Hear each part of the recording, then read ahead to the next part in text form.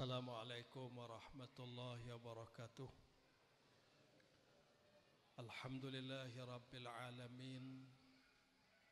Wassalatu wassalamu ala ashrafil anbiya'i wal mursalin wa ala alihi wa ashabihi wa man tabi'ahum bi ihsanin ila yaumiddin.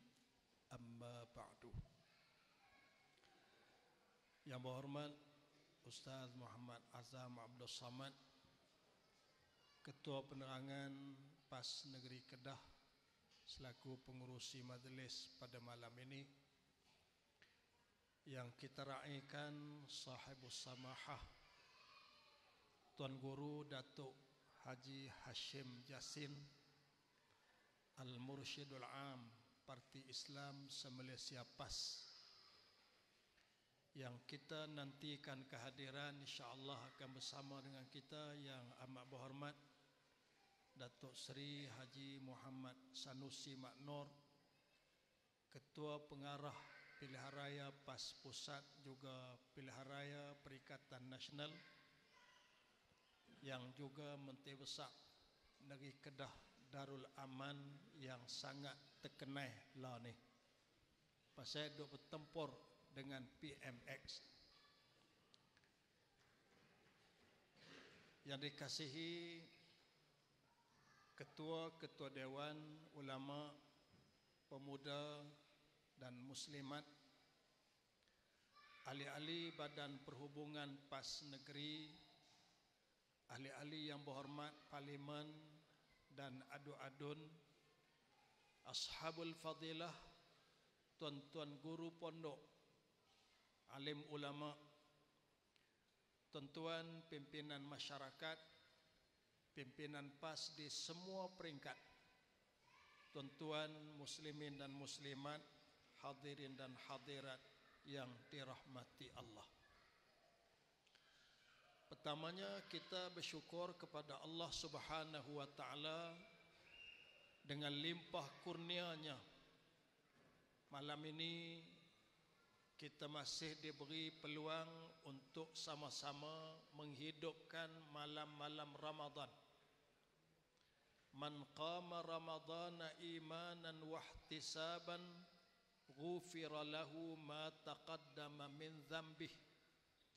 Sesiapa yang bangun menghidupkan malam-malam Ramadan dengan penuh keimanan, dengan penuh pengharapan kepada Allah Subhanahu wa taala, dijanjikan oleh junjungan Nabi sallallahu alaihi wasallam, ghufira lahu ma taqaddama min dzambih, diberi keampunan terhadap dosa-dosa yang telah berlaku dalam hidup kita. Mudah-mudahan Allah limpahkan keampunan, limpahkan rahmat kasih sayang-Nya kepada kita semua pada malam ini, dan kepada semua umat Islam yang juga menghidupkan malam ini di seluruh dunia. Tuan-tuan yang dikasihi sekalian, sudah menjadi suatu kebiasaan hampir saban tahun majlis seumpama ini kita adakan. Saya ingat saya daripada zaman almarhum Ustaz Fadil Muhammad Nur, kita buat di Muassasah Darul Ulum. Dihidupkan terus di zaman almarhum Ustaz Azizan Abdul Razak. Bahkan dia selalu sebut, Ustaz Azizan ni dia selalu peringat, bila masuk bulan Ramadan dia minta supaya pastikan penerangan negeri dapat tarikh Tok Guru Presiden. Sebab dia kata kita kok mana pun Tok Guru kena mai di Kedah ini pada bulan Ramadan untuk bersama kita sekurang-kurangnya satu malam. Maka kita teruskan amalan yang menjadi kebiasaan pimpinan-pimpinan kita yang lalu. Dan alhamdulillah tahun ini kita dapat tarikh agak awal dengan Tok Guru Presiden. Cuma ada halangan yang menyebabkan Tok Guru tak dapat bersama, dan alhamdulillah kita sangat bersyukur kepada Allah, walaupun Tuan Guru Presiden tak dapat bersama, tapi malam ini kita rasa sangat bertuah kerana kita bersama dengan Tuan Guru Al-Mursyidul Am yang dapat bersama dengan kita.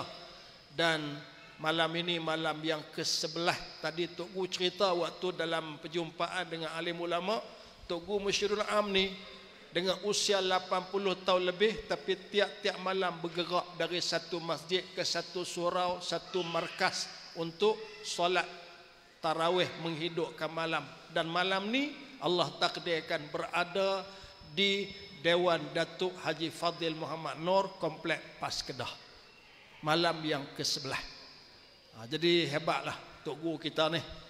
Jadi dalam keadaan yang kita kira Ramadan, setengah-setengah orang tak mau keluar daripada tempat. Ramadan ni bagi dia, masjid dia, surau dia, tak mau pergi ke mana. Tuan Guru kita boleh hadir, tuan-tuan juga boleh sama-sama hadir. Dan saya petang tadi pun sebut kepada alim ulama kita, kita sangat menghargai tok-tok guru kita. Tinggal pondok, tinggal kuliah boleh jadi, tazkirah boleh jadi malam ini untuk sama-sama meraihkan majlis yang kita anjur di peringkat negeri. Jadi saya sangat menghargai kehadiran tuan-tuan perempuan pada malam yang mulia ini. Tuan-tuan yang dikasihi sekalian, sudah menjadi kebiasaan juga bila Tok Guru Presiden turun ke negeri Kedah dalam Ramadan, kita berbicara dua tajuk kebiasaannya. Pertama, tajuk yang berkaitan dengan nuzulul Quran, sejarah penurunan Al-Quranul Karim. Dan yang kedua, pada tarikh yang sama, berkongsi tarikh, yaitu peristiwa Badar Kubra. Dan saya kira inilah tajuk yang sangat penting untuk kita sentiasa bercakap di peringkat negeri, di peringkat dewan-dewan, di peringkat kawasan-kawasan. Satunya berkaitan dengan sejarah penurunan Al-Quran untuk terus kita hayati. Dan satu lagi tentang sejarah berlakunya peperangan Badar yang membawa kemenangan yang besar dan membawa perubahan yang sangat besar kepada negeri Madinah selepas daripada itu, juga patut untuk terus dihidupkan dan dihayati di dalam perjuangan kita sepanjang tahun. Tuan-tuan yang dikasihi sekalian, kalau kita bercakap tentang nuzulul Quran, Al-Quranul Karim yang Allah turunkan dan Allah bagi jaminan, inna nahnu nazzalna dzikra wa inna lahu lahafizun. Ini jaminan daripada Allah, sesungguhnya kamilah yang telah menurunkan Al-Quranul Karim. Dan kamilah janji Allah, jaminan Allah, pasti Allah Ta'ala akan memelihara Al-Quranul Karim. Dipelihara dari sudut lafaznya, sebutannya, tulisannya. Dipelihara huruf-hurufnya. Dipelihara ingatan manusia untuk terus menghafalnya, dipelihara isi kandungannya untuk terus dihayati, dan insya Allah dipelihara pejuang-pejuangnya untuk terus memperjuangkan Al-Quranul Karim sampai diangkat dan dijulang tinggi menjadi hukum yang tertinggi di atas muka bumi Allah Subhanahu wa Ta'ala ini. Ini janji Allah. Kita yakin pada janji itu. Cuma kesempatan ringkas, sementara nak tunggu Ya Ahmad Muhammad sampai, saya kira dia sampai sekali lagi, kita berhenti. InsyaAllah kita bagi laluan pada dia. Jadi tuan-tuan, dalam Al-Quranul Karim, Allah Subhanahu wa Ta'ala ada menyentuh soal yang berkait dengan hati. Hati kita. Kalau kita teliti, ada lebih daripada 20 jenis hati yang Allah sebut dalam Quran. Cuma malam ni saya nak ambil 3. 3 jenis hati. Pertama, yang disebut dengan qalbun maridun, hati yang sakit. Bila sebut tuan-tuan hati yang sakit, ini Allah Subhanahu wa Ta'ala telah nyatakan, fi qulubihim maradun fazadahumullahu maradah. Dalam hati mereka itu ada penyakit. Dan bila dibaca ayat Allah, turun saja ayat Allah, bertambah sakit hati mereka. Ayat ni dalam Al-Baqarah kita baca dan kita pun faham bahawa Allah nak cerita itu adalah hati orang-orang munafik. Kita jaga tuan-tuan. Kita dengan Quran. Kalau dibaca kepada kita Quran, dihurai kepada kita ayat-ayat Quran, tiba-tiba dia anggap ayat Quran itu menyakitkan dia. Saja nak sindir dia, saja nak perli dia. Makna hati dia ada sakit.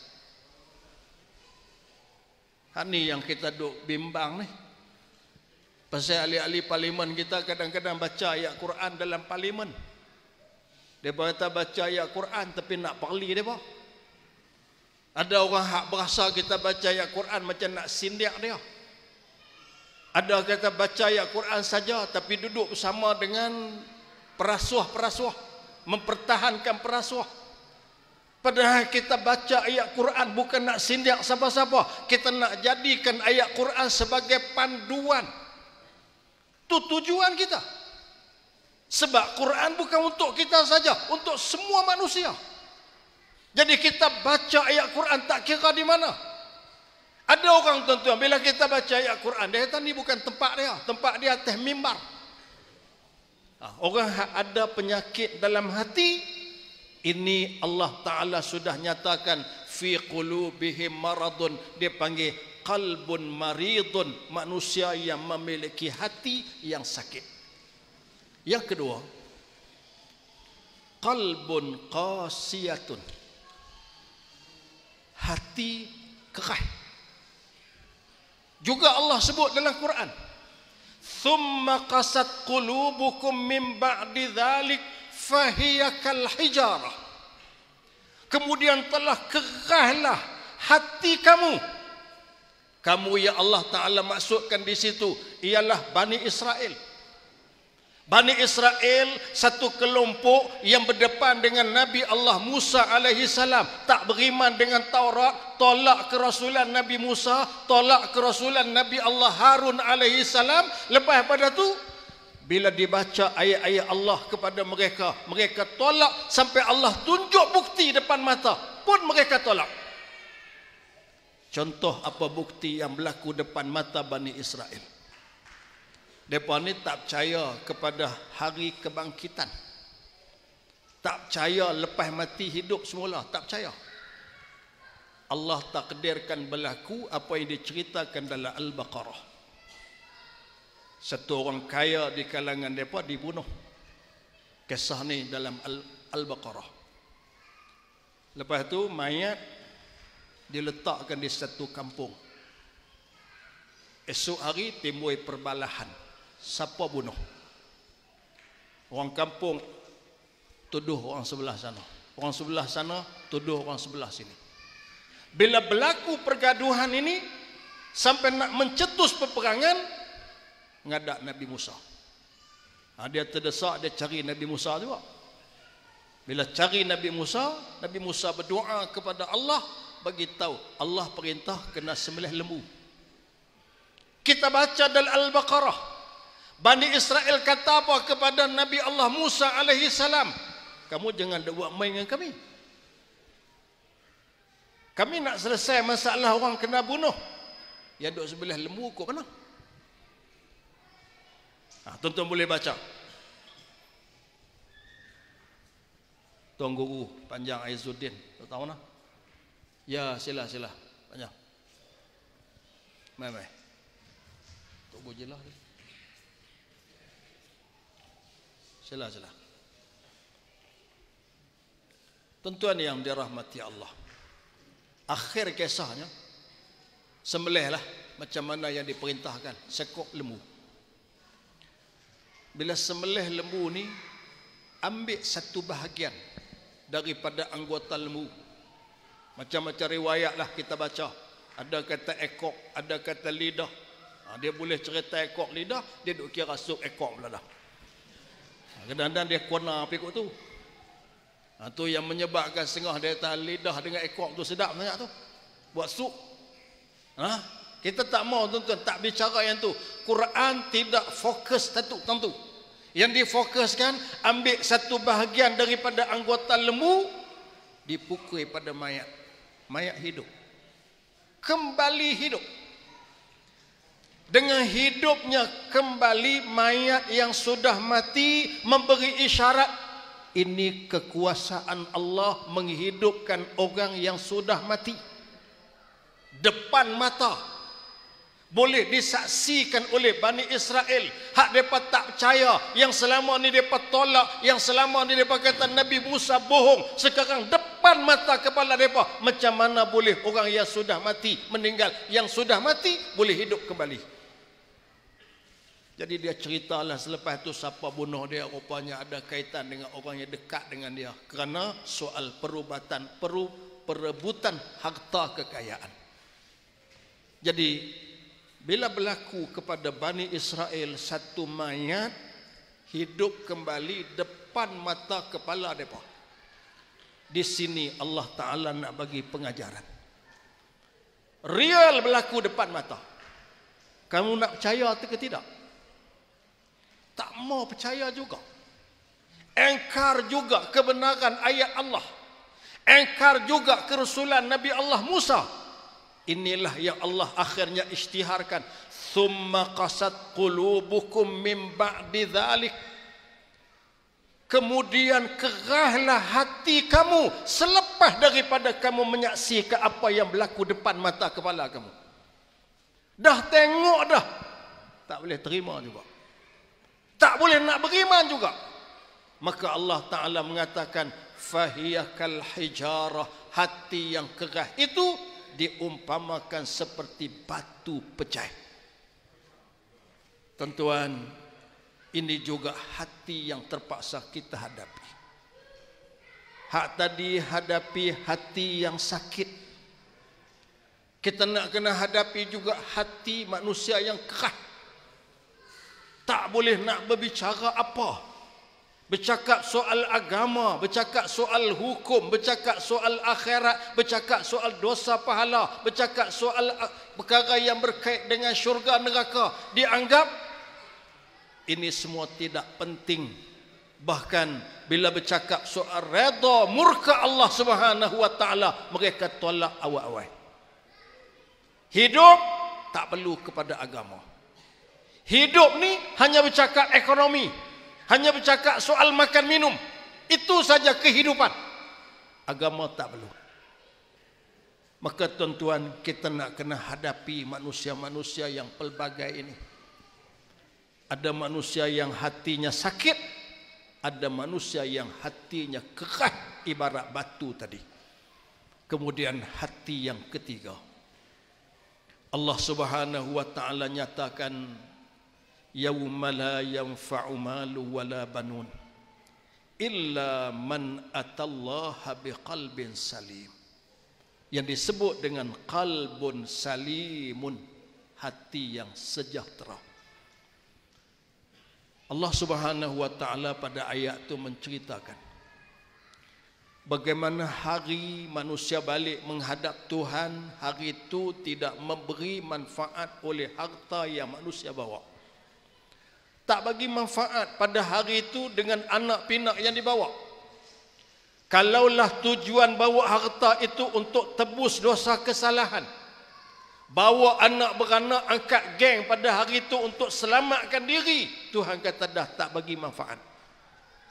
Hari itu tak jadi apa, melainkan yang memberi manfaat illa man atallaha biqalbin salim, mereka yang datang dengan hati yang sejahtera.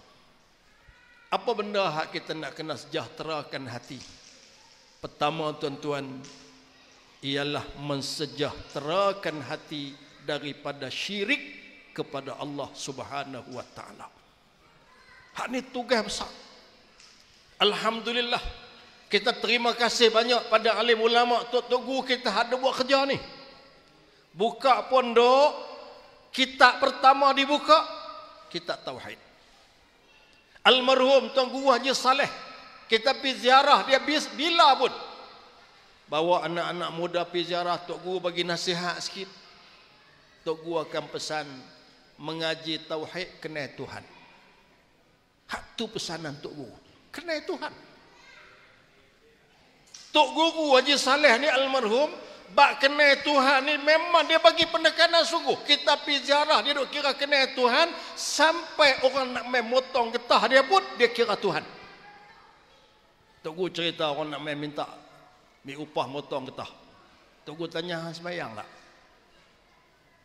Tuan-tuan, apa kena sembahyang dengan motong? Kalau kita ni mungkin ada pokok, tambah pokok baru, dia tanya, hang pandai motong, luka pergi pokok aku. Duk bimbang ke luka pokok. Tok Guru, hang sembahyang tak? Dia kata kadang sembahyang, kadang tak boleh motong pokok aku. Pasal apa? Kalau Tuhan pun hang tipu, tambah aku. Tu Tok Guru Saleh sebut. Nah, tanya bulan ni lagu mana? Tak motong Tok Guru, pokok tak boleh, daun pun tak ada, pada hari-hari dia pediah. Jadi kalau Tuhan pun hang bohong, tambah aku, Tok Guru kata. Menunjukkan bahawa ini benda penekanan yang diberi. Penekanan soal apa? Ketuhanan. Qalbun salimun ialah hati yang sejahtera, hati yang menjaga hubungan dia dengan Tuhan. Dia hamba, Tuhan itu pencipta. Tak mana 2 MB ni. Tadi dia batas 10 minit, ni bukan 10 minit ni. Oh. Sepol sampai dah, Tok Puan pun sampai dah. MB tak sampai lagi. Jadi tuan-tuan, itu hati yang kita nak kena jaga. Kita mengharapkan tuan-tuan, mudah-mudahan itulah hati kita. Mudah-mudahan. Qalbun salimun, itulah hati kita. Hati yang menjaga, yang bersih, yang terpelihara, yang selamat daripada syirik. Yang kedua, hati yang selamat daripada sifat-sifat mazmumah, sifat-sifat keji. Hak nak merosakkan hati dan merosakkan amal dan kehidupan. Sebut sifat takabur, sifat sombong, tu sifat iblis. Sebut sifat riya, sebut sifat sum'ah, sebut tuan-tuan sifat ujub.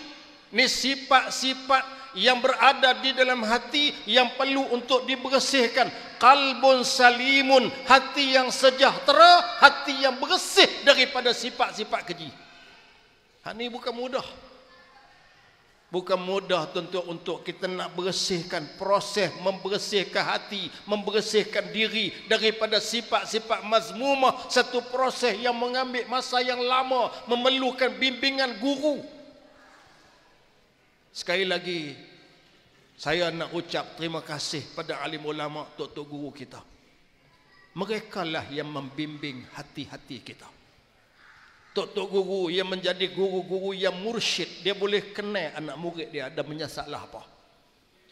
Dia boleh ubati masalah anak-anak murid ini. Jadi ini tuan-tuan yang kita nak supaya dalam hidup kita sentiasa dibimbing, kita sentiasa dipandu oleh alim ulama kita.